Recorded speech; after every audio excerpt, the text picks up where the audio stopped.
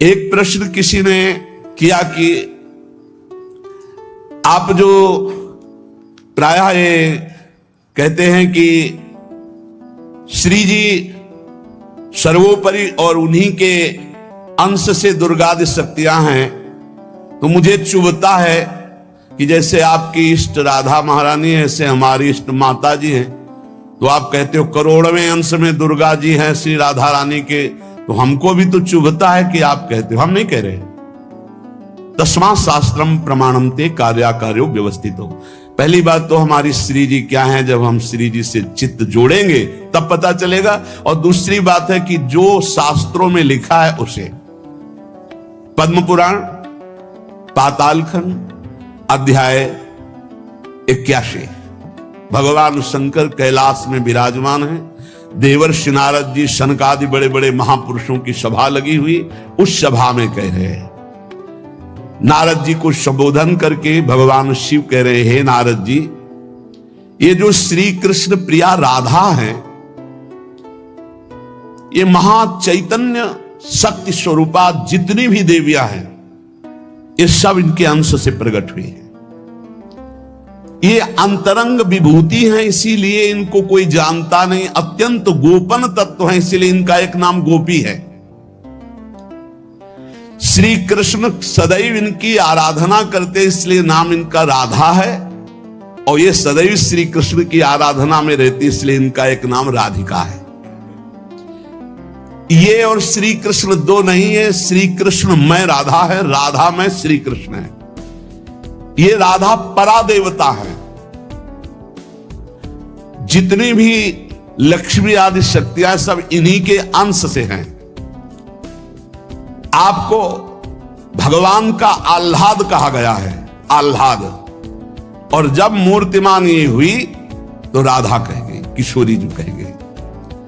और तत्कला कोटि कोट्यंसा, भगवान शिव बोल रहे हैं, तत्कला कोटि कोट्यंसा दुर्गाद्य त्रिगुणात्मिका। दुर्गा आदि जितनी त्रिगुणात्मिका दैवी शक्तियां हैं, ये इनके कला से करोड़वें अंश में प्रकट है। ये ही प्रकट है, पर करोड़वें अंश में प्रकट है। हम नहीं कह रहे, ये भगवान शिव कह रहे हैं। जो राधा कृपा कटाक्ष पढ़ते हैं, वो पढ़ के देखे, आखिरी में भगवान शिव कह रहे हैं, क्रियेश्वरी मखेश्वरी स्वधेश्वरी त्रिवेद भारतीश्वरी प्रमाण शासनेश्वरी। हमारे यहां सुधा निधि में महाप्रभु हरिवंश चंद्र जी कह रहे हैं, प्रेमणा सन्मधुरोज्वल हृदय संगार लीला कला वैचित्री परमावधि भगवता पूज्य विकापी सता ईशानी च सची महासुख तनु शक्ति स्वतंत्रा परा श्री वृंदावन नाथ पट्ट महिषी राधयु सेव्यामम। बोले तत्कला कोटि कोट्यंसा, कला उन्हीं की कला, राधा की ही कला, श्री किशोरी जी के ही अंश से करोड़ों अंश में सब शक्तियों का प्रादुर्भाव हुआ। श्री राधा अपने अंश से महालक्ष्मी रूप धारण करते हैं, तो भगवान श्री कृष्ण नारायण रूप धारण करते हैं। मुनिश्रेष्ठ थोड़ा भी भेद नहीं है। ये श्री राधा दुर्गा रूप धारण करते हैं, तो श्री कृष्ण शिव रूप धारण करते हैं, रुद्र। जब श्री कृष्ण के अंश से इंद्र, तो श्री राधा किशोरी के अंश से सची इंद्राणी। जब श्री कृष्ण के अंश से ब्रह्मा, तो राधा किशोरी के अंश से सावित्री देवी। जब श्री कृष्ण के अंश से यमराज, तो उनकी पत्नी धूमोरणा के रूप में श्री राधा किशोरी। अधिक क्या कहूं, इन दोनों के सिवा किसी की सत्ता ही नहीं। यही सब चिद चिद लक्षणम सर्वम राधा कृष्णमयम जगत। चेतन अचेतन सारा संसार श्री राधा कृष्ण का स्वरूप है। नारद जी, मैं इन विभूतियों का क्या वर्णन करूं? अगर 100 करोड़ वर्ष तक राधा की महिमा वर्णन करूं तो भी नहीं कर सकता। भगवान शिव कुछ ऐसे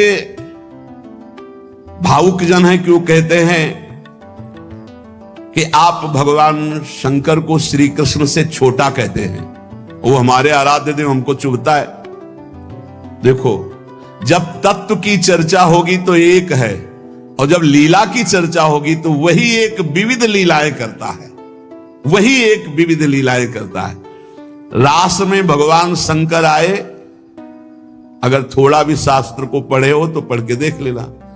गोपी रूप धारण किया, रास में प्रवेश पाया, श्री कृष्ण चरण वंदना, किशोरी जी की चरण वंदना, और फिर गोपी रूप धारण करके रास में प्रवेश।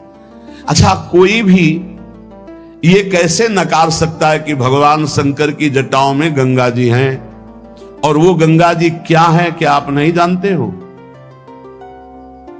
गंगा तरंग रमणीय जो जटा कलापम गौरी विभूषित वाम भागम, भगवान शिव के लिए आता है। तो जो जटा कटा संभ्रमम भ्रमण नीलम पर निर्झरी जो विराजमान है गंगा जी, वो कौन है? गांगम वारि मनोहारि मुरारी चरण अच्युतम त्रिपुरारि शिरश्चारी पापापहारि पुनातुमा।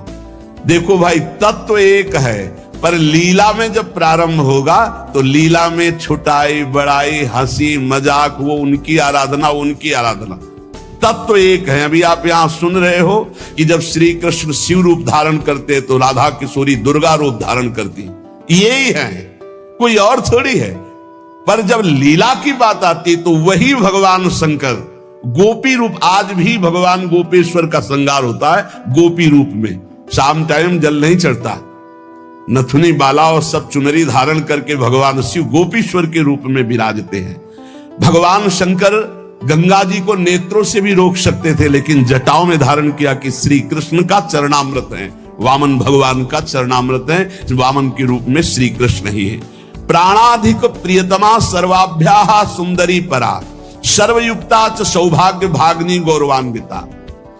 हमारी जो श्री किशोरी जो हैं, एक यहां बात ध्यान रखनी है कि एक प्रश्न और आता है सभा में, जब चर्चा होती है तो उसको सुनकर के लोगों के अंदर प्रश्न आता है कि शिव पुराण में लिखा है कि भगवान शंकर सर्वश्रेष्ठ है, देवी पुराण में लिखा है कि इन्हीं से सबकी उत्पत्ति है, आप गणेश महिमा को देखो तो यम ब्रह्म स्वम ब्रह्म, सब कुछ जिस पुराण को देखो उसी से सृष्टि हुई है। इसका मतलब क्या है? गलत है क्या? जब तुम शिव पुराण पढ़ोगे तो शिव तत्व से ही सबकी उत्पत्ति है, सब कुछ शिव तत्व है। पढ़े हैं, जैसे आप कहा भगवान शंकर ने चिद चिद लक्षणम सर्वम राधा कृष्णमयम जगत, ऐसे कहा गया है हे भगवती हे भगवान, आपसे ही सृष्टि प्रकट है शिव पुराण में, क्योंकि जितनी माताएं वो सब भगवती हैं और जितने पुरुष हैं वो सब हे भगवान शिव आपका ही स्वरूप है। चराचर जगत शिव और पार्वतीमय है। भगवान का ऐसा लिंग प्रकट हुआ शिव जी का कि 100 कल्प तक ब्रह्मा जी उतरते चढ़ते रहे, पार न पाया। फिर भगवान विष्णु उसमें पढ़ना शिव पुराण में, तो पढ़ करके बात कर रहे, आर पार नहीं पाया। भगवान शिव से ही नारायण का प्रादुर्भाव होता है, भगवान का प्रादुर्भाव होता है, भगवान शिव से ही ब्रह्मा का प्रादुर्भाव होता है। जब देवी भागवत पढ़ो तो सब कुछ देवी जी से प्रकट हुआ, तो क्या झूठा है क्या? पुराण कोई झूठे हैं क्या?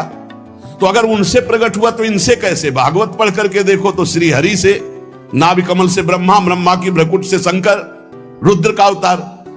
उधर पढ़ करके देखो तो उन भगवान शिव से ब्रह्मा और श्री हरि प्रकट होते हैं। देवी भागवत पढ़ करके देखो तो देवी शक्ति। ये है क्या? तत्व।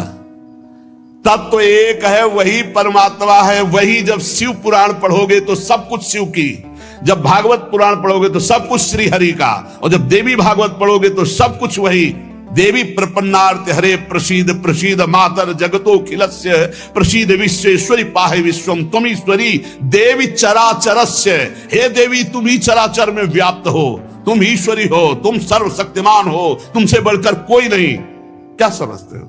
जो जहां है वही परम तत्व है और वो वही सब कुछ है। इधर से हम देखेंगे तो कृष्णाकार, उधर से देखोगे तो शिवाकार, उधर से देखोगे तो दुर्गा में, उधर से देखोगे काली में। जो बोलो वही परम तत्व है। पर जब हम लीला का गायन करते हैं तो लीला में विभाग हो जाता है।